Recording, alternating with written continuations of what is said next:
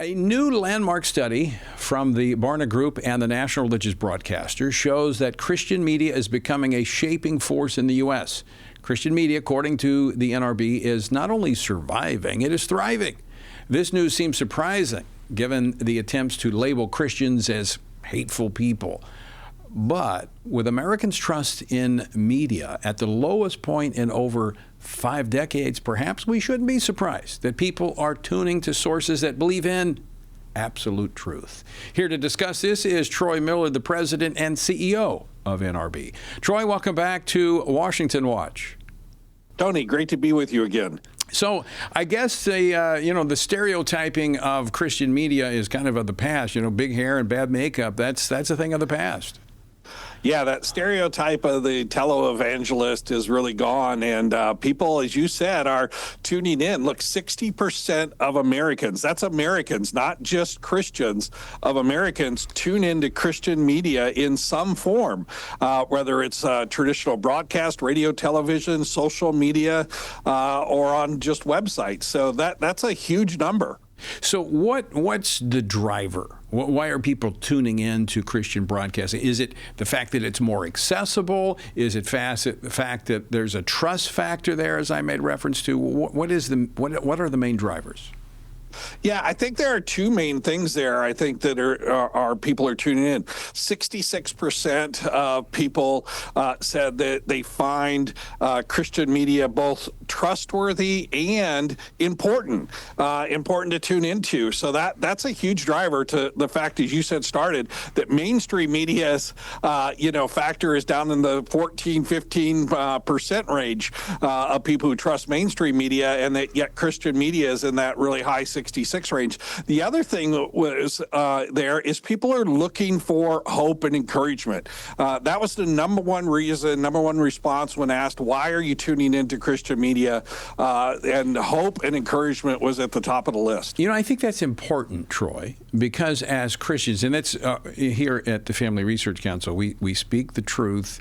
We do so with hope, and we do so with courage.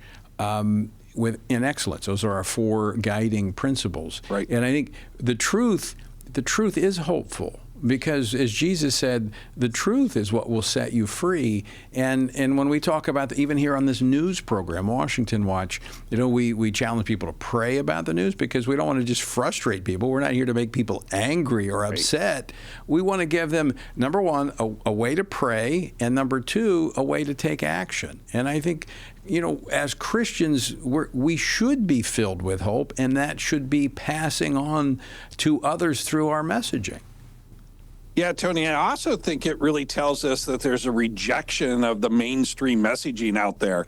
So much of the mainstream media, whether it's news or entertainment, is just, really full of hate. It's full of despair. It takes away purpose in life, and it's very depressing.